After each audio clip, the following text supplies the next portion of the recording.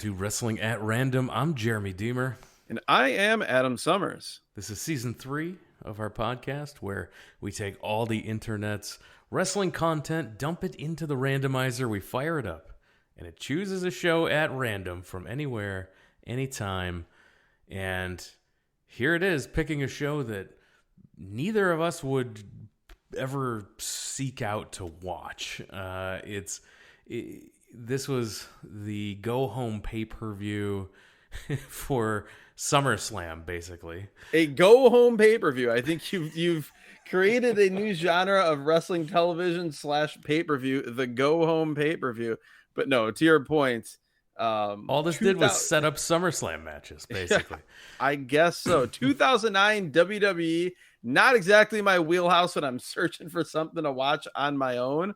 The randomizer has obliterated all free will for both of us when it comes to pro wrestling, though. So we are at its mercy. And so we'll be watching, or we did watch, and we'll be talking about Night of Champions 2009. WWE Night of Champions 2009, Season 2, Episode 1, if you use Peacock.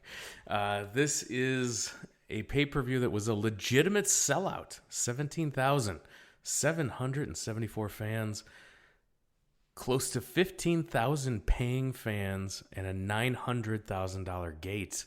In Philadelphia, Pennsylvania, which I'll get to it. To have 17,000 people for a pay-per-view event in Philadelphia, this was not a particularly engaged crowd. It is shocking because you think about, some of the most rabid fan bases. Obviously, we're biased, and Chicago is one of the most rabid fan bases. I think Dallas is another great fan base, and Philadelphia's always been up there in the power rankings of great fan bases. Pre-ECW, even going back to WWF, NWA events in Philadelphia, in the greater Philadelphia area, obviously carried through ECW and beyond. Yeah, you usually expect a hot crowd. So the Night of Champions concept is that every championship will be defended. So basically every pay-per-view. Although I guess this is still during this was during one of the hard brand split eras in terms of split brand pay-per-views. Was this during that time, or had they joined the pay-per-views together, even if the the pay-per-views are joined together? They just had like double the amount of titles. So not every title made it to every pay-per-view. So this was the night where every match was a title match. Hence the Night of Champions. And we start out by getting an opening video montage. We get to see famous title wins from the past, which I always love. The first time I saw before a New Japan IWGP Championship match, and they showed the video of all the past champions. Yes, roll call of champions. This became my favorite thing in wrestling, and I wanted everybody to steal it, and so far nobody has. It's also amazing with the history that the WWE, WWF has in terms of being a company where great matches aren't necessarily always the idea, but memorable moments are. You would think they would lean so much more heavily into those memorable moments in that history outside of just the then now forever video at the start of the show. It was nice to see that nod to history throughout the show a little bit more. Yeah, and they also made reference to the different championship lineages. Yes. They made comments about past champions, and it was definitely it's something that WWE has its moments where it's interested in its history, and then very brief fleeting moments. And then it has its moments where it ignores all history and pretends things never happened. So it has its moments where it acknowledges its history or wrestling history, and it has its decades where it does not. Very true. Like you mentioned, we're at the Wachovia Center in Philadelphia, Pennsylvania. We've got 3 announce teams. We're not talking about an English language announce team, a Spanish language announce team, and the German announce team. This is 3 English language broadcast teams. They're all at ringside. So it is a wall of shoddily constructed, ready to explode at any given moment announce tables near the ring. The Raw crew being Michael Cole and Jerry the King Lawler. The ECW crew with Byron Saxton and and Josh, and your interesting SmackDown crew, Todd Grisham and Jim Ross. Yeah, if you were to give me all the money in the world and say I just had to guess what the broadcast team was for SmackDown on this show, I do not think I would have gotten it correct. Todd Grisham Phillips, whichever one he is, and late stage WWE as far as being a full-time announcer, Jim Ross. Oh boy, this will be interesting to see how these two men coexist, how they work together. I will say that I like the fact that unlike almost every other WWE pay-per-view from this era, when I say that, I feel like the last 20 years, it actually looks slightly different. The setup in that they have those cool vertical banners draping down from either side of the Titantron area of the stage with the title belts emblazoned on each banner. I also like the music gives it much more of this, I don't know, this like pomp and circumstance championship feel rather than like the new metal that WWE still is not grown out of. It did give it a bit different vibe to start this off. And we start off the show with the Unified Tag Team Championship. The challengers, the team of Cody Rhodes and Ted Dibiase.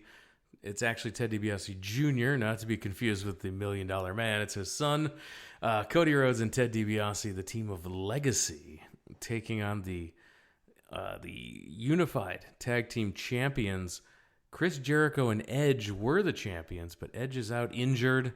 So Chris Jericho got to pick a new partner, and thanks to his attorneys finding a loophole in the contract, he was able to pick a new partner.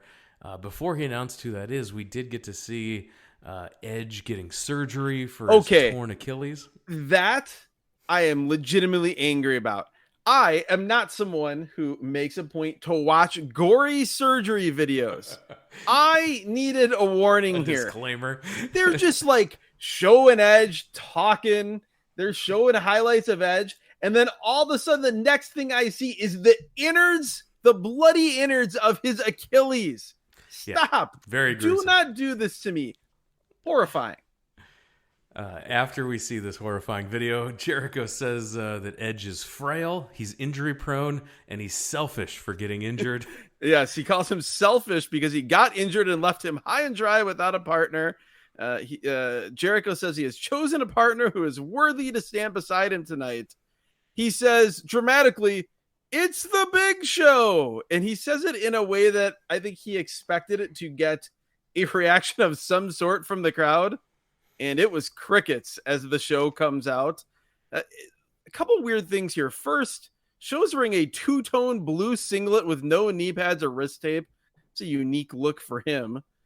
Also, unless you look really, really, really closely at the WWE logo on each of these belts, you can't tell that it's two different sets of tag team championships. At first, when Jericho came out, I thought he just had both title belts, like the unified belts. Yeah. The unified championship was two belts, meaning just one belt for each guy in the team, and Jericho had both since Edge wasn't there. And then Big Show's music comes out and he's holding two identical belts. I'm like, why are there four title belts that look the same? Quick fashion corner though on the belts, I guess. It was we need more differentiation. Yeah, we had them come out with the belts, and so Jericho and Edge are building towards a feud when he gets back from his injury, and you've got Big Show and Jericho, who are not baby faces, they are heels in this match, and then you've got Legacy, who are also heels. Yeah, definitely heels. They are the lackeys for Randy Orton, who's portrayed as the most dastardly heel in the entire company. And this will be... What a weird dynamic this match is. It's a strange dynamic, and in some ways it'll be a theme throughout the show of guys paired off. Like we'll get to it later with the main event, which I was shocked didn't have the crowd heat that you would think it would, but I think it was because the crowd just wanted to like both guys, even though one was a heel and one was a face. Here it's just, it's two heel teams. It's confusing. Big Show and Jericho just dominate the match early. Dibiase low bridges Jericho to give Legacy their first offense of the match. The crowd then starts chanting Y2J.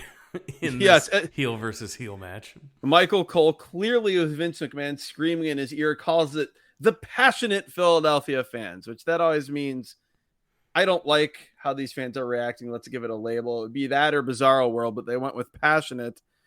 Cody has a cravat on. The crowd is tepidly cheering Jericho at this point to come back. And that'll be another theme throughout the show is variations of reverse chinlock rest hold heat spots that go on forever. We'll talk about that in the Dolph Ziggler match later. God, yeah, absolutely. It just does not lead to anything. But we also need to talk about both Cody Rhodes and Ted DiBiase Jr., not Jr. These guys, at this point in their careers, and it really stayed that way for the rest of Ted DiBiase Jr.'s career, they are absolute zeros, to use your language, at this point. They have nothing, no charisma, no presence. They do nothing unique in the ring. We've talked about it on this podcast before. I, in particular, have lamented this. Like, they are the example of how after Randy Orton hit it big, WWE spent, it felt like a decade, but it was probably less than that, basically trying to train every guy that was coming up through the system to be Randy Orton. Yes. And we'll get to it later. Randy Orton is a fantastic Randy Orton. Oh, but yeah. You do not need lower rent versions of that wrestler up and down your card. And that's pretty much what we had here with these two, which, again, it's not shocking with Ted DiBiase Jr., but when you look at what Cody Rhodes' career became, it's pretty wild to see him here in this role. Yeah, we did get to see some flashes of athleticism from Cody as he jumps to the top rope and hits a moonsault on Jericho for a 2 count. Maybe it's just the short boots, no knee pads, short trunks thing from Cody that's throwing me off. No, he was definitely struggling for a personality and for charisma, for sure. And these guys are total. The Randy Orton lackey role is just there's not a lot of interest in it, and so because Ted DiBiase's not doing anything athletic at all. So when we get to see Cody jump and do a moonsault, we get to see him do a crossroads for a near fall. That was that was way more interesting compared to Ted DiBiase and his offerings. Yeah, no, I'll grant you that. Ted DiBiase he's the creative wrestler that you like. You make him, and then you just kind of forget about. You don't adjust any moves, and everyth's just really basic and boring. Default. He's the default creator. If you just hit start past creator wrestler and you get the defaults, that's what he is. Absolutely. There's just there's not a whole lot there. He didn't show any more charisma here than he did in that amazing, believable couple that he formed with Maurice on that ECW episode that we reviewed. Jericho ends up countering the Dream Street, which is Ted DiBiase's version of the $1 Million Dream that his dad was the Dream Street maybe like a slam out of that position? It's the only thing I can think of. Or maybe they just didn't want to call it the $1 Million Dream, so they just called it Dream Street. I guess we're lucky that if you look at it through even more modern eyes, he could have just been DiBiase. Oh, that's true, too. He could have just been a one-name guy. He could have been Ted. Jericho counters into the walls of Jericho, but Cody's in. He hits the crossroads, gets a near fall. Jericho just like whipped into the ropes, and he makes the hot tag to Big Show. So a really weird hot tag, but he gets it to Show, who runs wild. Cody skins the cat to get back into the ring, ends up drop kicking Show in the back.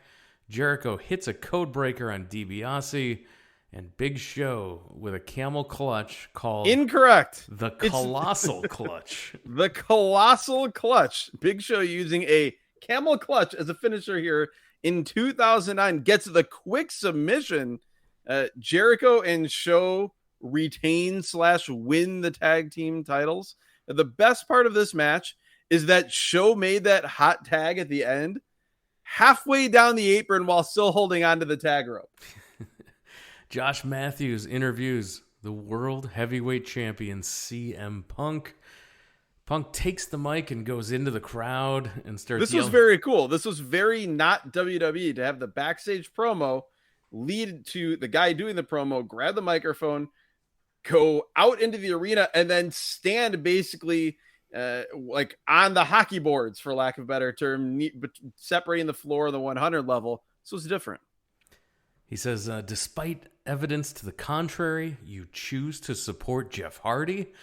If you're a Jeff Hardy fan, stand up and make some noise. And they have no problem finding Jeff Hardy fans all throughout the arena. Mostly kids wearing those armbands and face paint and going crazy. Punk says that he does not blame the kids. He blames the parents, and then says, let's be realistic. I should say parents, since, quote, it's obviously a single parent situation, just like how Jeff grew up. It's Punk reading lines that were written for him, but he's doing it so well that it still works.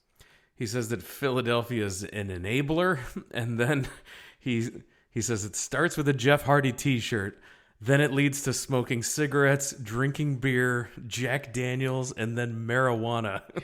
Yeah, the Jack Daniels is the gateway to weed. And then he says, from there it's street drugs, prescription meds from mom's purse, but it can all be stopped before it's too late. Just talk to your kids. Tell them it's what you don't do that makes you who you are. He says, just say yes to the future of a straight edge, drug-free America. Say yes to the world champion CM Punk. This was good stuff. Yeah, great delivery. Fun promo from Punk. And the fun continues because we've got the ECW Championship on the line in Philadelphia, the birthplace, the home of ECW. And we have Tommy Dreamer, an ECW original. He is the ECW champion. The last ECW original, we're told by, I think when you hear ECW, you immediately think the announce team of Josh Matthews and Byron Saxton. Was it Byron Saxton? I thought it was Matt Stryker. Oh, it was Stryker. Sorry, I was having flashbacks to our ECW. Show I knew it was Stryker because if it's Saxton, I'm bored. If it's Stryker, I'm angry. That's right. And it was Stryker. Yes. I was angry. Tommy Dreamer came out with that beautiful silver ECW world title belt. I say that sarcastically. And he also came out wearing an ECW t-shirt. It just says ECW across it. And what's right above the ECW logo? The WWE logo, which if that doesn't say everything about the failed relaunch of ECW and how it could never work, I don't know what does. Then here comes his challenger, the Livewire, the Igniter, Christian. Christian comes out, and yeah, they're having just a regular straight wrestling match, which gets a light sarcastic ECW chant from the Philadelphia crowd. It does. I have things to say before we get there, though, because I almost have no thoughts about this match, but I have thoughts about the commentary and also thoughts fashion corner wise. Christian's entrance gear. What was this? This weird, baggy, rubbery, sparkly tracksuit that just made him look so much skinnier than he already is. Like he just looked like a scarecrow walking out to the ring. Matt Stryker refers to the Philadelphia fans as fickle and discerning.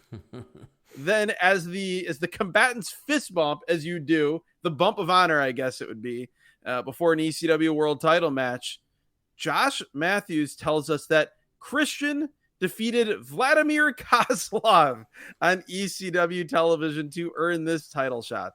I have one more thought, and then I will stop and I will let you describe this match such as it was. At one point, there's moves happening in the ring. Matt Stryker says something about, and this is a direct quote, volcanic remnants. What was he talking about? Not great. Volcanic remnants. This was just a straight back and forth match. Nothing really exciting happening until Tommy Dreamer puts on a Texas cloverleaf, yes. And we're told by Matt Stryker that this hold was taught to Tommy Dreamer by Dean Malenko. So it's the man of 1,000 holds, and then the man of one hold, I guess, is what happened after that. Yeah, this is just like an 8-minute random TV match that happens to be for the ECW title. Christian does look great here, which that's one of those things that has been kind of a through line with any of this horrible late stage ECW relaunch stuff, is that while no one cares about this and it means nothing, Christian is working so hard because this is like his big opportunity as a singles guy getting a quote unquote main event push.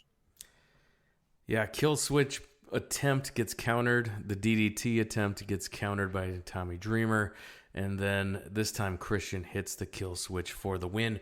New ECW champion, Tommy Dreamer, losing the ECW title in Philadelphia to the new champion, Christian. As one does in WWE. You lose in your hometown, your adopted hometown all the time. This was totally fine for what it was. It's kind of odd, though, that we had a heel versus heel championship match in the opener, and then we had a face versus face match second off. So again, crowd didn't really know what to do.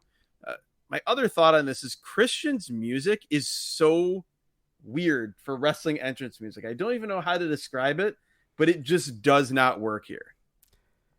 Jericho is interviewed in the back.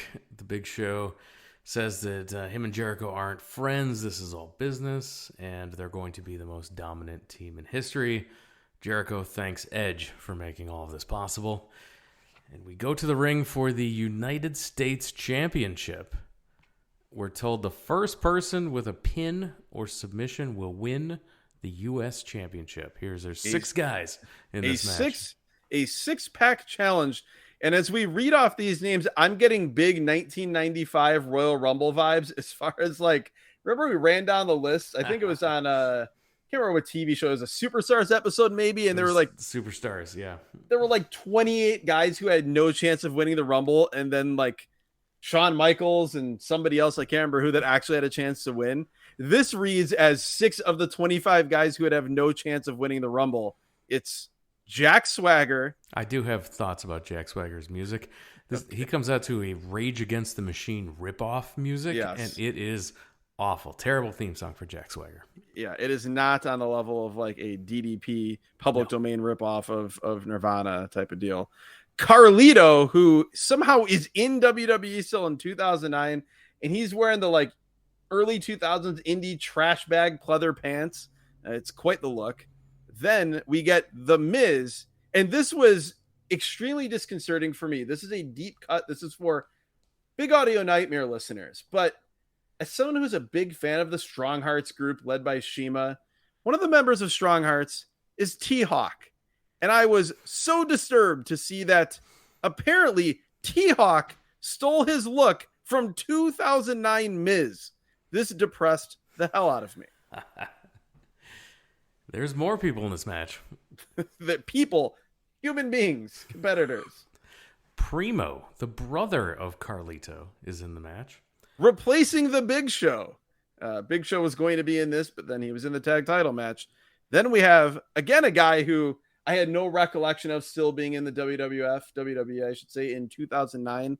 Montel Vontavious Porter, MVP.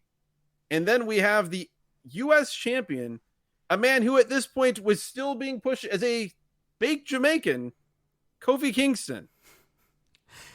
Kofi Kingston, extremely popular. The only guy to get a reaction out of all of these introductions here. All 6 guys end up just going for pins, getting pins broken up by the other guys. There's a great visual at the beginning of this of, on the far side of the camera shot, MVP is hitting an axe handle off the apron to the floor on, I can't remember who it was. And then in the foreground, somebody else is pinning someone, and Kofi flies in to make a save. But these 2 motions happen at the same time. And it's like they're crossing paths, but they're not, because you've got, the foreground, the background. It just was a weird wrestling visual that you don't normally see.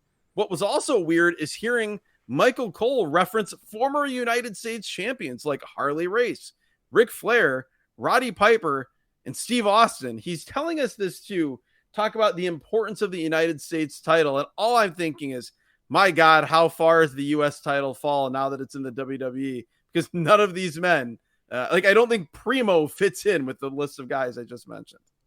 Now, the finish comes when Carlito turns on his brother Primo, And as soon as he turns on Primo, he walks right into the Trouble in Paradise by Kofi Kingston. Kofi gets the pin. He's still the U.S. champion. I have a few thoughts commentary-wise. First, Michael Cole tells us that Jack Swagger and MVP are embroiled in a rivalry because they, quote, have different lifestyles, unquote. Okay. The other thing that drives me insane on this show, why every time something remotely interesting happens, why does Michael Cole scream, look it, look it, look it, over and over again? I must have tuned him out. It happened here in this match. I have in my notes 2 separate points where it happened. And then every single time from there on out, I write in all caps, just in anger. Also, what is the deal with Kofi Kingston's nickname at this time? Apparently it's his official nickname, Controlled Frenzy Kofi Kingston. Michael Cole says it over and over again, and then he actually says it at the end of the match during the celebration. He calls him Controlled Frenzy Kofi Kingston. Did not catch on. No, did not. Shocking. WWE Champion Randy Orton is in the back. A low energy promo here from Randy saying that he's going to win and keep his title. The WWE Women's Championship. The women's champion, Michelle McCool, takes on the challenger, Melina. This is the strangest time for the women's division, maybe in the history of the WWF/WWE, because they kind of have an idea that they want to make this more wrestling than bra and panties matches and the Bud Light, Miller Lite girls, any of that sort of stuff. But they do not have the wrestlers at this point to do it yet. So it's strange. Todd Grisham and Jim Ross calling this match is something else, talking about the battle for diva dominance. I will say that you have not lived until you've heard a young Justin Roberts introduce Michelle McCool exactly the way he would introduce Jon Moxley in AEW. Boy, he did that a lot on this show. Howled with laughter. We saw a backstage promo where Melina throws 40 pounds of makeup onto Michelle McCool, who instead of getting mad, she just leaves. Jim Ross, bless his heart, he's trying so hard to call this it matters, but it doesn't. Nothing. I don't know. I feel bad, but this is just such a nothing match. The crowd is I feel we should apologize to the crowd for their lack of reactions earlier, because this is just it's almost as if there's not a match happening in the ring. Yeah, I do want to talk about how not good Justin Roberts is a little bit more, because, man, modern day Justin Roberts annoys me, and I find him to not be very good. And here, he's significantly worse. He's got a shtick, and he does it every single time, and it drives me nuts, especially when you hear other ring announcers on the same show. Well, yeah, we've got Lillian Garcia and Tony Chimmel, I believe, on this show. So you hear him and you're just why are you here? You're not as good as anyone else on this show. Yeah. This was, like I said, not much of a match. Melina wins with a second rope seated senton. Well, she goes for it. Michelle McCool counters into a sunset flip type of move to hold on for the win. So yes, it is in fact Michelle McCool, if you can hear that in Justin Roberts' voice, retaining the championship, I guess. Two interesting moments in this match. The first is during Melina's entrance. She does the splits on the apron and then usually slides under the bottom rope, and Michelle McCool catches her with a drop kick right as Melina's in mid-splits position. That was a cool. Fun start. That was very fun. I would have been fine with that leading to a count-out finish. The other thing of note was JR dropping Fabulous Moolah and Mildred Burke references. Yes. Jim Ross was doing his best to keep himself entertained here. So we go from that, talk about Whiplash. We go from that to the triple threat match for the was this for the WWE Championship? That's right, it was, because seeing Randy Orton with the spinner belt was just hilarious to me. But it is Randy Orton defending against John Cena and Triple H. We get a video package before telling us all about how we are here. I was shocked that this wasn't headlining the show and that Yes. Punk and Jeff Hardy is going to close the show. I'm like, wow, okay. Here we go. The match starts with Randy Orton. He just slides out slowly to the floor.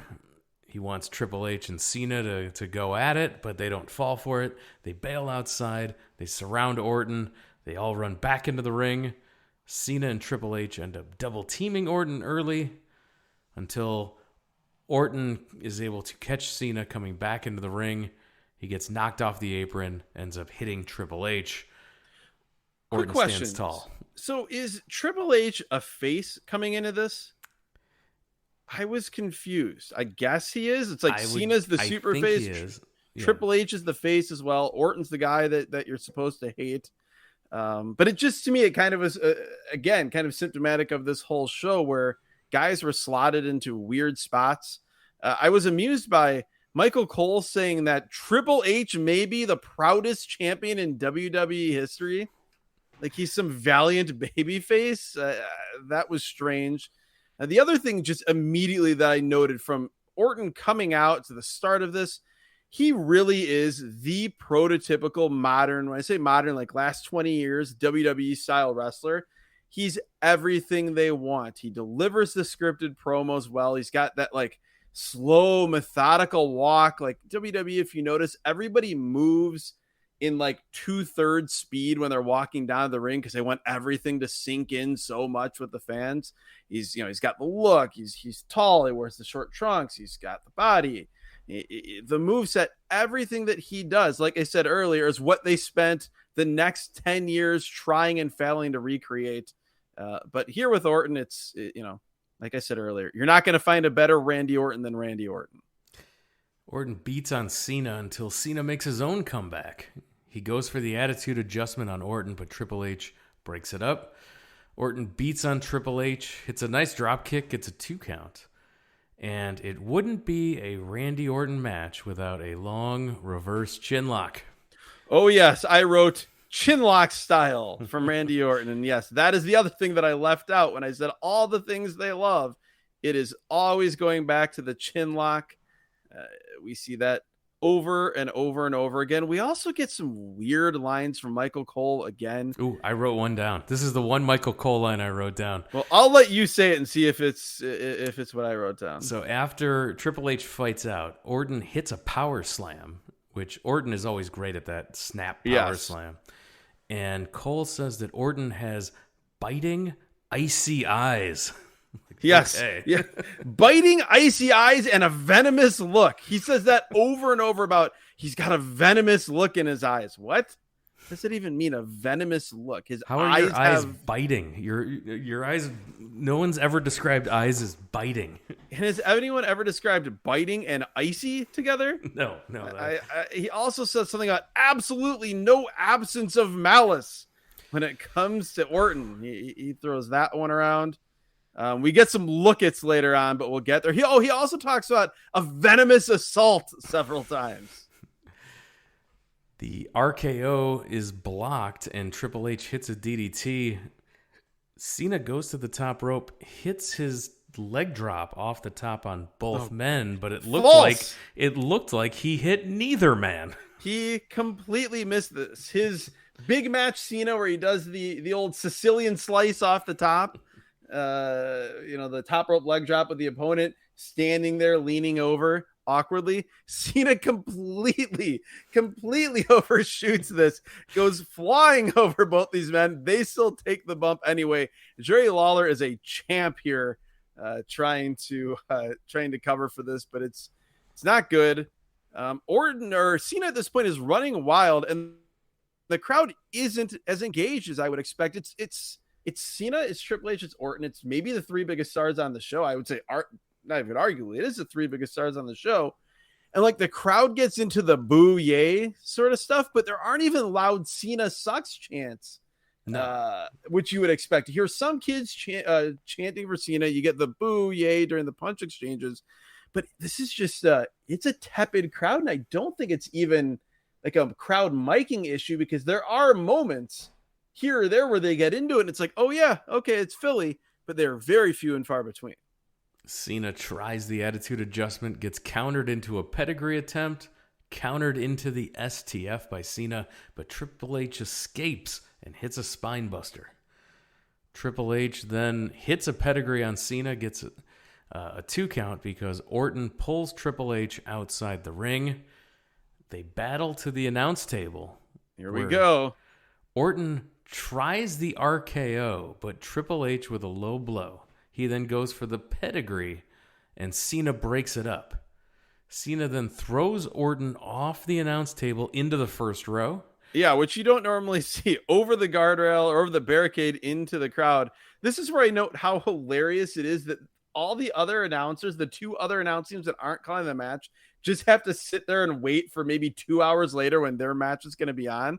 Like, we've got this brawling at ringside, and you've got these other announce teams like cowering in fear. You don't even realize they're out there. Cena puts the STF on Triple H on the announce table, which is always one of my favorite wrestling physics things, that like a submission outside the ring is somehow more brutal, and then a submission on a table even more excruciating. Jericho would do the walls of Jericho a lot on the announce table in WWE. This was also maybe the most egregious look it from Michael Cole. Like, yes, we see the man has his submission hold on the other man on the table. I don't think that requires a look it. Orton and Cena back in the ring. Orton tries the RKO. Cena shoves him off. Triple H high into the air. This was a good counter. Yeah, this was one of my favorite counters / evasions of an RKO or diamond cutter or ace crusher or whatever you want to call it, as he goes for it and he just levitates in the air while he's holding this cravat, and Cena throws him off, and it's like a helicopter spinning to the ground. This was good stuff. Triple H goes for a pedigree, gets countered into a slingshot, which ends up crotching Orton on the top rope. This didn't look particularly good. No. Cena puts the STF on Triple H in the middle of the ring. Triple H gets close to the ropes, but Cena pulls him back to the middle again. Orton then realizes that Cena's set up for a punt, so Orton runs to go punt Cena, but Cena lets go of the STF, moves out of the way, rolls up Orton for a 2 count. Orton ends up doing the poor man's Garvin Stomp on Cena and Triple H. I was just going to say, we get Garvin Stomp time, except for it goes on forever because Randy Orton is so freaking deliberate at everything he does. Randy Orton is one of those guys that you hear Dave Meltzer talk about how, like, he's the wrestler's favorite wrestler to work with, and he's one of the best of all time. Maybe he is from inside of the ring, but from the other side of the ropes, he's not a particularly compelling guy to watch very often, and to me, that's the case here. Also, another strange Michael Cole moment where these never-ending Garvin stops are going on. Michael Cole calls it an unsettling moment. It's just a man stomping a guy in the knee, then in the wrist. What's unsettling about this compared to everything else we've already seen in this match or on this show? The women and children start chanting for Cena. Cena goes for the "you can't see me," then into the 5-knuckle shuffle. The second time in the match that he's gone for that. But Triple H low bridges him, and he goes over the top to the floor. Triple H puts on the sharpshooter on Randy Orton. That makes me, as a Bret Hart truther, viscerally angry to see Triple H using the sharpshooter here. He actually has locked on pretty well, though. He's sitting back. Orton screaming in pain. John Cena then puts the crossface on Orton while Triple H throws the sharpshooter on him. Orton is screaming, and then Randy Orton taps out. The ref goes to ring the bell, then stops himself, and he's conflicted because he realizes that if that happened, 2 men would win. Here's an idea. Make the judgment call and say, You're okay, eliminated? You're eliminated. Yep. Because you got beat legally by these 2 men, but we don't have a winner between the 2 of them. So then it should be Cena and Triple H continuing the match to determine the champion. That's the only thing that makes sense here. but that's not what happens. Not at all. No, the match must continue. We can't stop the match or award a victor because two men were involved in the decision there. So which is more ridiculous continues. Because this is not a tag in and out triangle match like Starrcade 95, but a triple threat where all three guys are in the ring. And as we'll learn just moments from now, it's no disqualification. So everyone's legal. It's not like it's a double team, so you'd have to count to 5 for the guys to get out of the ring. What we laid out was the only scenario that should have happened, but of course it didn't. No, and it's so much common sense that we both just came to the exact same solution. Like, it was not. We did not text each other about this or talk about this before. There was no pre-show discussion about what we would have done. We just both logically came to the exact same conclusion. Yes. So, Cody Rhodes and Ted DiBiase attack John Cena and Triple H. Cena goes for the attitude adjustment on Cody Rhodes, and Randy Orton hits the RKO. Out of nowhere, you might say. Yeah, that's right. While Cody is on Cena's shoulders, Orton then pins John Cena, and he retains the WWE Championship. Very cool spot. If you follow us on social media, you will have seen that as this week's GIF previewing the show. Very cool, creative spot. It immediately is washed away, though, by how terrible Randy Orton's music is. His music hits, and after I hear voices in my head, my God, this is terrible. So, if you want to know what they did for SummerSlam, okay, so the next night, so Orton successfully defended his title by beating who? He pinned John Cena in this match, right? Mm-hmm. So the next night on Raw, to determine who would face Randy Orton at SummerSlam, they did a Beat the Clock challenge, and the winner of the Beat the Clock challenge would get that title match. The winner, John Cena. Wow, so we accomplished nothing here. No, so they didn't beat Triple H to then move to John Cena as the logical one-on-one challenger. They beat John Cena to then give John Cena the win to become number one contender. Sounds about right for WWE during this time period or going forward. The thing I noted about this is that this may be the most WWE match of all time. When you think about John Cena, Triple H, and Randy Orton are all in their own ways like the most WWE house style wrestlers of this era and maybe of any era. It's a 3-way non-elimination triple threat. And then you have this sort of wacky finish. And then it leads to everything you said. Like, this is just, it was fine. It was just like you said, it was also very strange going into it that this was so early on in the show. Yeah, absolutely. Like, not only was it not the main event, we still had, we had another women's title. 3 more matches to go. Yes. But then we have an Intercontinental Championship match in 2009 going on after the WWE Championship, who Michael Cole just explicitly called it the most prestigious title in WWE. Like, he said that as the match was ending or as the segment was ending. If so, why was it 4th from the top? Future real-life married couple, The Miz and Maurice, are backstage. She calls him a loser for not winning the U.S. title earlier, and he says that she's going to lose her title as she goes off to the ring to defend the Divas Championship. They should have put Miz in that 4-way if you wanted to have 4 of the most WWE house-style wrestlers of this era. You really tried hard to make this sound compelling, but I don't know. Maybe it's my Miz block. I just can't find anything involving him interesting. I find it interesting just knowing that they got married eventually. Was there any chemistry there, seeing them in this situation? I will say there was more chemistry between Miz and Maurice than there was between Ted DiBiase Jr. and Maurice a couple of years later. So there were no concerns that Ted DiBiase... Listen to our review of WWE's ECW here in the from 2011, archives. Correct? Yes. So then I always talk about that natural 6-man tag team match on one side, that just totally natural trio of Yoshitatsu, Goldust and the Hurricane. Makes me smile every time. Mickie James is the challenger for the Divas Championship against the champion Maurice. Mickie James wins the Divas Championship with a DDT. A leaping DDT, which is actually pretty cool. It was like a non-tornado version of a tornado DDT, not off the ropes. Otherwise, there was really not much here. Like you see the ringside shots, and it's just people standing up, mugging for the camera because they think they're on TV.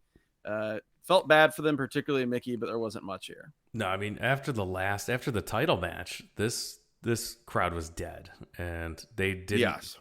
They had a tough time coming back for anything else after that title match. Yeah, we should mention from a crowd reaction standpoint, as it went along, even if it wasn't super heated early, the finishing stretch of Cena versus Orton versus Triple H was by far the most heated thing on this show. And so the crowd was done after that finish. Yeah. And then you move to the Intercontinental Championship, where the Intercontinental Champion Rey Mysterio defends against the challenger Dolph Ziggler, accompanied by Maria Kanellis. Dolph Ziggler in 2009 in WWE. My God, has this guy been in that company forever at basically the exact same level for his entire run. Little peaks or valleys. Yeah, but reading the Observer recap of this show, Dave Meltzer was reporting that this was supposed to be a launching point for Dolph Ziggler. He was supposed to win the Intercontinental Championship here to kind of give him a launching pad, give him start of a push for Dolph. But something went on. Decisions were made. Plans changed. And they wanted apparently Rey Mysterio was thinking about potentially leaving or was unhappy about something, and they kept the championship on Rey here. Was Rey going to go to TNA? Who knows? They just said that politics were in play, and that was the only description Dave had for it. We'll get to it as we go through the match. And I actually was, by the standards of what I followed of WWE during this time period, which wasn't much, I actually kind of liked Dolph Ziggler compared to a lot of the other guys on the roster. This was not the performance that he needed to have in this big moment. Like, let's say even if they hadn't made that change, and maybe this change was him being rattled by thinking this was going to be his big launching pad, and instead he just loses kind of unceremoniously. But particularly when you see Randy Orton earlier on doing chinlock style, but doing it in a way that somehow didn't completely kill the match, it felt like right before they went out, somebody screamed at Ziggler, "Don't forget the chin locks." And he remembered, and it didn't work out very well. No, it was a boring Rey Mysterio match. How do you do that? It was. Some highlights. Ziggler hit a buckle bomb on Rey, and no crowd reaction for that. No. And I'm like, wow, this crowd is still dead. I wonder if they're going to get them back. They're still dead, but this also is one of those, granted, we're all the way in 2009 at this point, but this is still indicative to me of how different WWF/WWE crowds are/were than WCW crowds, in the 90s, or let's say AEW crowds now, where like that was a cool move in front of a lot of other crowds. That would have gotten a reaction. Other things that happened throughout this match that Rey did would have gotten a reaction. But WWE crowds, they do not, by and large, react to things that are different, things that are plays on something that someone does, a new move happening. They react. They're waiting for finishers, or as I used to call them growing up, catchphrase moves. Moves that aren't a guy screaming a catchphrase. They basically serve the same purpose, whether it be a people's elbow or a worm, or in this case, a 619. This crowd does not care about this match at all, no matter what these men are doing. And a lot of it is spectacular, if not perfectly executed. The second that Ziggler ever has his neck draped over the middle rope, the crowd goes nuts because they think they're going to see the 619. Yeah, they didn't go nuts when Rey was making his comeback. He hits a seated senton off the apron onto the floor. How about earlier in the match where he hits a seated senton springboard style that Josh Grisham calls a leg drop? Or excuse me, Todd Grisham. Same thing. Todd Phillips, Josh Grisham. Those are my two names for whatever the hell this guy's name is, Todd Phillips. He doesn't deserve it. Yeah, I thought these guys were going to tear the house down, but I did too. There was so many Ziggler chin locks at this point, and then it's like, I'm going to shake things up. Enough chin locks. Full Nelson's coming in. God, multiple full Nelsons. He transitions from a reverse chin lock like 12 minutes into this match into a full Nelson. And then they repeat this spot twice where Ray gets out of the full Nelson by like mule kicks to the kneecap. So that happens once. He gets out. Ziggler gets him back in the full Nelson, and they do the same thing again. There's no crowd reaction. It's just that murmur that you hear in the 7th inning of a 14-1 baseball game when there's 5,000 people left in the stands. That's what this crowd response was. Mysterio kicks the legs out from underneath Ziggler as he's charging into the buckles, and it looks like Ziggler goes upside down and lands right on his head. Ouch. Ziggler takes a late 90s All Japan head drop bump here off of what you just described. It seemed impossible, but it happened. Ziggler with a gut buster off the top rope for a 2 count. Still can't get the crowd into this. Yeah, this was A, awesome, and B, this is where I wrote in my notes, this ain't WCW, because I think of Rey Mysterio wrestling Dean Malenko on Nitro, doing this exact spot. Dean Malenko hitting the same top rope, stomach breaker, gut buster, whatever you want to call it, onto Rey Mysterio. And that WCW crowd, they lost their minds. It was as if, you combine like every, it was as if it was the early mid 80s and Kerry Von Erich was coming out to the ring. That was the reaction to this gutbuster here. Same exact spot, no crowd reaction. And then like 30 seconds later, Ray hits an enziguri and then the 619 and the people go crazy because it's a signature move. After the 619, he does a springboard to the top rope and then a falling splash off the top onto Ziggler, gets the pin. Just like exactly you described, a falling splash. He doesn't even jump. It's a springboard, and then he just lets gravity take care of the rest. All 160 pounds fall onto Dolph Ziggler, and that's it. That's the win. It was pretty good, but not great. No, definitely not tearing the house down like we thought it would compared to everything else on the show. It was just fine, and it needed to be a lot more than that. And our main event for the World Heavyweight Championship, the champion, CM Punk, defending against the challenger, Jeff Hardy. We see a full video package recapping this feud. Punk got intentionally disqualified against Hardy at the Bash pay-per-view.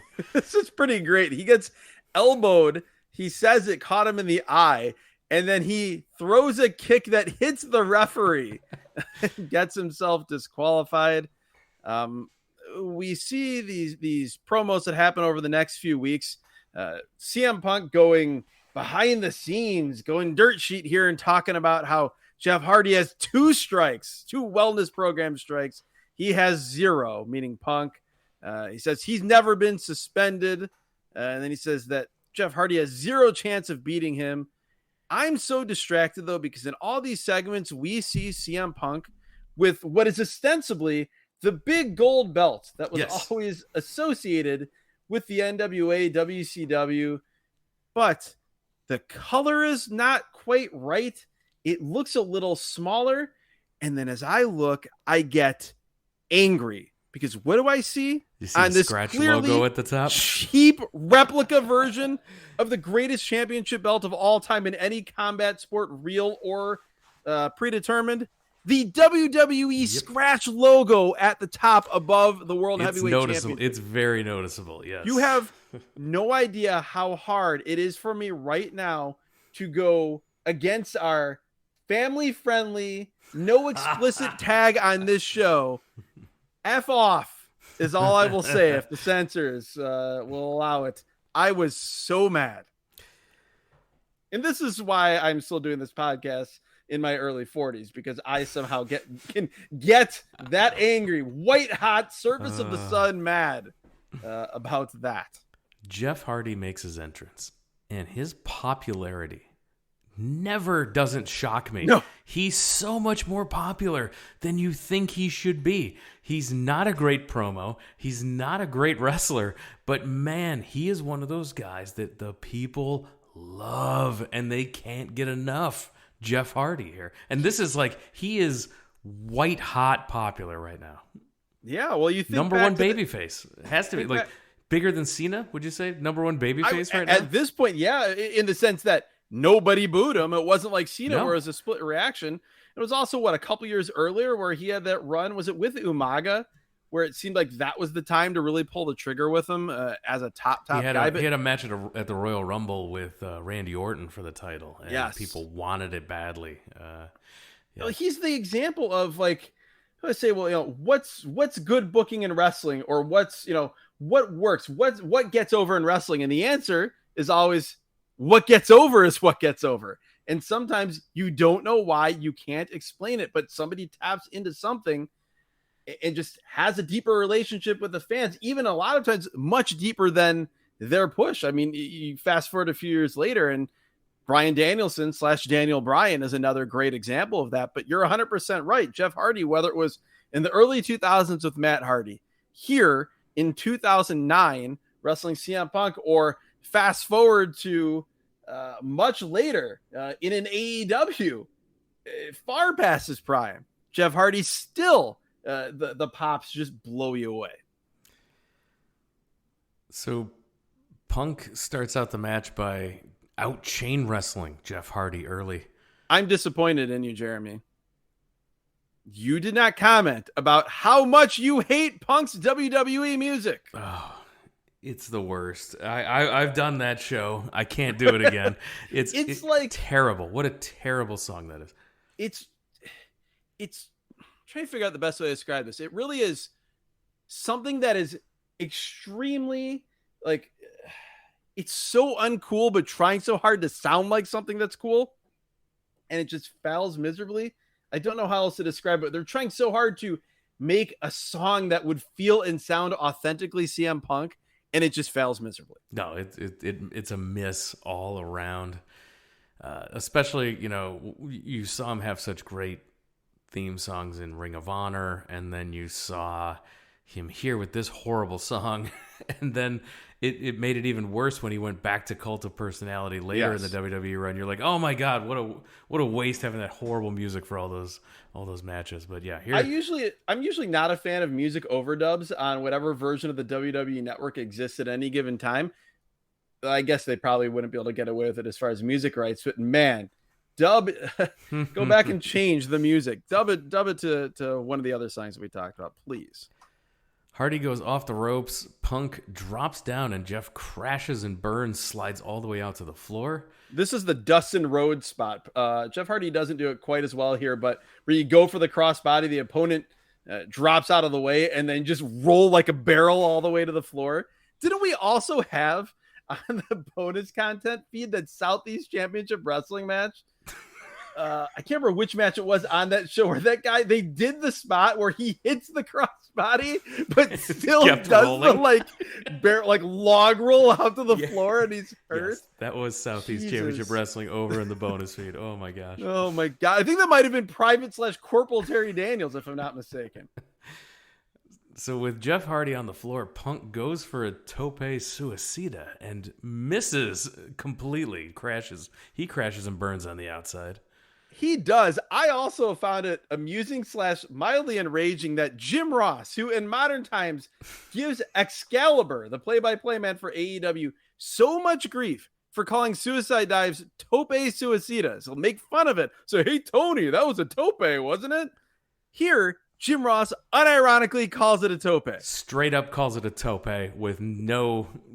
Yeah, just deadly serious calls it a tope. There's something wrong. And again, I love Jim Ross, but it makes me angry that Jim Ross gives Excalibur so much grief.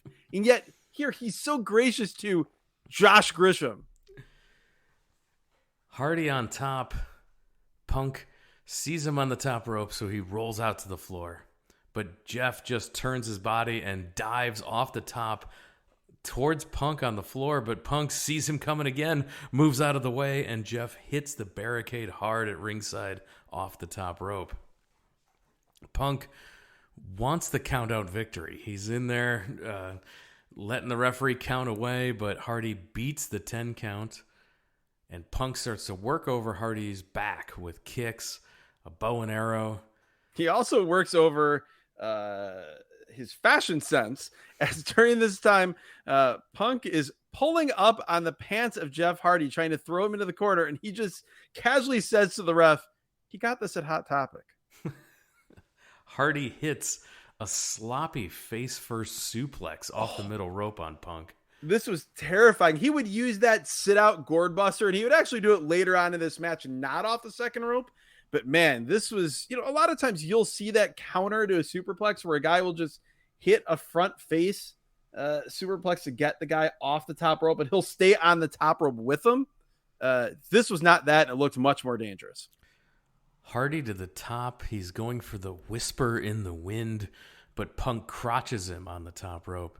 I love, because I know how much you hate the name of that move. Hate. I can hear you seething as you say it. It came through. Punk hits his running knee and a bulldog out of the corner, but Jeff sends Punk into the buckles and then hits whisper in the wind this time for a 2. Hardy misses a swanton bomb attempt. Punk with the double underhook into a backbreaker. Love that move. Yep, a throwback. One he used to do all the time on the indies. He didn't do it always in WWE, so it was cool to see him do it here. Punk then unloads with strikes. Hardy counters, hits a twist of fate, goes for the swanton again, but Punk gets the knees up, goes for the cover and gets a 2. I love that Punk is nonstop countering the swanton attempt. Yes, nonstop countering the swanton. And then my favorite thing in this match, one of my favorite things in ring on this show, was after he got the knees up, how desperately and quickly he scrambled over to Hardy to cover him and try to get the win. Like he knew it was his chance. He's got to get him. One of those little details that we like on this show, which particularly as you get into 2009, you see less and less of on some of these events. No, but then right as Jeff kicks out, what does Punk do? He goes right for the GTS. Yes. Hits it and covers Hardy, but Hardy kicks out. And this was a huge pop. And I think that JR was legit surprised that this was not the finish. Yeah, I was not expecting this at all. I figured Punk GTS, that's as good as gold, particularly in 2009. I had remembered it being more well protected than apparently it was. This did get a huge reaction. I also love that after Hardy kicks out of the GTS, Punk immediately Arn Anderson style goes for the cover 2 more times, even closer near falls. Jeff kicks out and the crowd pops with each one of those, which I was very impressed by that, because that's not a WWE type of spot at all. And the fact that they got the crowd with those post finisher near falls like that, very cool. Punk then goes outside, grabs the championship belt, and starts to walk out. Jeff attacks Punk in the aisleway, throws him back into the ring, hits another twist of fate. This time he goes for the swanton and hits it. Jeff Hardy gets the 3 count. He's your new World Heavyweight Champion. And this makes sense on why it went on last, as Jeff Hardy celebrates the championship as the show goes off the air. So it turns out that Jeff Hardy, this is a very surprising ending, because Jeff Hardy's contract was expiring the same week as this pay-per-view. But he agreed to stay on until after SummerSlam, and he ended up dropping the title back to Punk at SummerSlam. Again, this was a go-home show for SummerSlam. Go-home pay-per-view, as you termed it. So this show happened in July of 2009. In September of 2009, so just a couple months later, Hardy, who we talked about being the most over babyface here in the company, signs a deal for a reality show. And he's on top of the world here. Another contract extension. He's sticking around, and he's going to do this reality show. And turns out he's been wrestling on 2 herniated discs in his lower back. Jesus, that's that. So including in this match that we just watched. Yes, yeah. So he's been injured for quite a long time. Didn't realize how bad it was. Turns out 2 herniated discs in his lower back. So he leaves WWE to heal his back. Less than 2 weeks after leaving WWE, police arrest Jeff Hardy, 32 years of age at the time, charge him in trafficking opium because he had Vicodin, which is considered an opiate, and then 2 counts of possession with intent to sell or deliver a Schedule III controlled substance, believed to be steroids that were found in his home, and maintaining a dwelling for drugs, possession of cocaine, and drug paraphernalia. He was arrested for all of those charges. Over a year later, the district attorney announced that Jeff Hardy would plead guilty to the charges. And so now we're in September of 2011 for this incident that happened in September of 2009. Jeff Hardy in 2011 is sentenced to 10 days in jail, 30 months of probation, and a fine of $100,000. Jeff Hardy served his jail sentence from October 3rd to October 13th, 2011. Yeah, never a dull moment in the life and career of Jeff Hardy. I mean, sadly, that's only one example of the ups and downs. I do want to go back just before we close out the show to the finish of this match, because I thought it was really perfunctory and fell kind of flat, mostly because when Punk grabbed the belt to walk out, like, you think about the rest of the match, and he had a lot of expression throughout the match. He was looking out to the crowd, doing things, having a good time. Like, when he grabbed the belt, he's just the most blank look on his face. He walked back like it was just a video game character animation.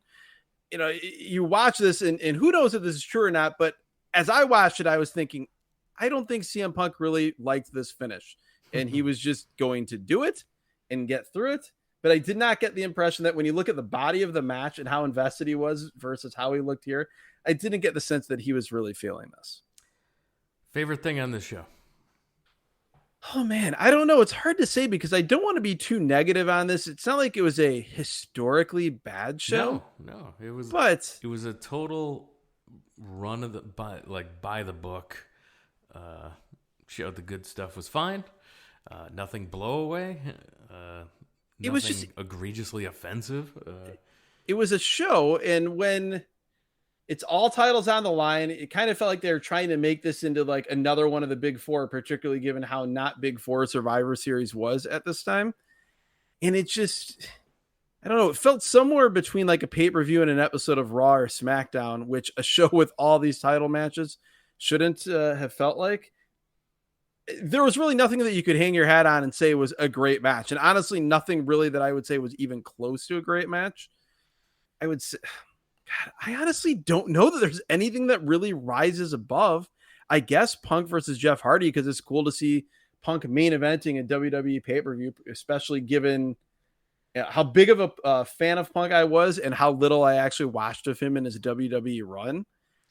But there really isn't anything to really hang your hat on this whole show. Yeah, for me, it's definitely the Punk and Jeff Hardy match. Watching these guys get a crowd back that was completely dead after a very the good earlier point. championship. Watching, hearing Jim Ross even get into it in spots, and it was, there was really some neat spots in that match. Told a good story. The finish came off a little flat, but it also felt like they might have been rushing on time towards the end there. But so to me, I think that was the highlight of the show for me was the main event. Yeah, I would largely agree with that. I think even though the three-way was not my style of wrestling, I'm not a big WWE house style guy. It was interesting to watch just because, like I said, it was three guys that are so good at that style. It's such a weird thing too, that going on so early. I really wanted Dolph Ziggler and Rey Mysterio to be better than it was. Yeah, but it didn't get there. I would say if we're talking about worse things, and there's a lot of things that weren't great on this show, but looking back in retrospect, Jim Ross, after Jeff Hardy won the title, and Jeff Hardy is holding the championship belt, standing on the second rope, celebrating in all his glory. Jim Ross calls him, and this is a direct quote, and it's very unfortunate, the high risk junkie. Yeah, that one didn't stick either. And no, that was right there with Controlled Frenzy, Kofi Kingston as t-shirts that never really sold.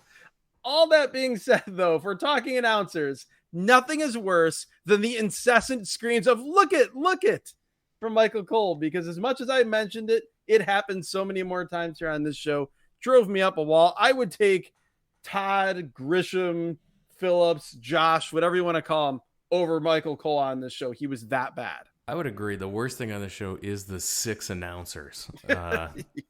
They were. Jerry Lawler wasn't great either. Jerry Lawler, by the way, we should mention, babyface announcer Jerry Lawler brings even less to the table than horny heel announcer Jerry Lawler did. Yeah, so I would agree that was probably the worst thing on this show. And with that, with another one for the randomizer, going deep here, picking a show we wouldn't have watched, but it was. I'm glad we watched it. The Jeff Hardy, for all the reasons you said, Jeff Hardy CM Punk was cool to see. Like you said, win that crowd back. And a good promo from Punk to open the show, and the video Very package different. recapping some of the feud leading up to the match. I thought all the Jeff Hardy CM Punk stuff was good. For sure. I think if this had been on a better show, I think we would be talking about it even more. It wouldn't have seemed like a drag. So yeah, I'm glad the randomizer pulled it. Don't need to watch it again. I don't necessarily need to see the SummerSlam show from that year. Maybe that was great, but this isn't making me feel like I need a lot more 2009 WWE from the randomizer. So we do have additional content. If you want to hear some more shows from us, it's not just the free feed. We also have we referenced the bonus content earlier. All of the bonus content, we're talking episodes. If you're not a subscriber, there are episodes you have not heard before. Full episodes. Were over 60 some additional episodes of this podcast over in the patreon.com/wrestlingatrandom, or hit that subscribe button in your Apple Podcast feed. Either way, it unlocks the entire back catalog of additional shows and content where weird picks from the randomizer, those go over to the free feed. And we have our patrons also get to select some shows for us to review. So we've got quite a few shows picked from the patrons that support the show, and there's some good ones. We've watched some great stuff over there. So it's stuff that you might sound familiar to you. You want to hear us talking about. I recommend checking out all the bonus content that's available over in the free feed. If you're a new listener, we've got a ton of bonus content here in the feed you're listening to right now. All the free feed content, that is all evergreen. It's new to you. Welcome, and enjoy catching up. Take a look at the back catalog. We referenced upwards of 90 episodes in the free feed as we're recording this. Yeah, we just referenced a couple WWE ECW shows. Go back and listen to those. That's a hoot. There's a lot of a hoot, he says. Yeah, there's a lot of good stuff there, ranging from as many promotions and time periods as you can imagine. It's all here in the back catalog. The entire thing can be found wherever you get podcasts, wherever you're listening to this now, or wrestlingatrandom.com. You can also interact with the show via social media at WrestleAtRandom for Instagram and Twitter, and Facebook.com/WrestlingAtRandom as well. You can also send us emails, wrestlingatrandom@gmail.com. Tell us about the show. Tell us about your memories of some of the shows we're watching, and make sure that you continue to, we see you, YouTube subscribers. You can't see us because you're only listening to the audio on YouTube, but we know you're there. YouTube Nation supporting us as well. So thank you to the folks that interact and listen to the show on YouTube as well. So make sure you tell your wrestling fan friends about the show. Tell your friends that used to be wrestling fans about the show. And with that, I think we're going to call it a podcast. Yeah, absolutely. I do want to mention, by the way, though, when you were talking about the bonus content, that if you subscribe right now to the bonus content, it immediately unlocks every episode of bonus content that we've done. So maybe cash is tight and you just want to subscribe for 1 month, you can go and download some 60 episodes right now and then be able to go back and listen whenever you want. We think that you'll enjoy them all enough to want to continue subscribing to the bonus content if you are financially able. But if not, you can still go in there and get all those episodes, and your workout, your commute, your workout while you commute, any of those options, they'll be filled with our voices, for better or worse. And with that, we're going to call it a podcast. Adam, thanks for joining us. Thank you, Jeremy. Thank you, Randomizer. I won't complain. This wasn't AWA from the late 80s.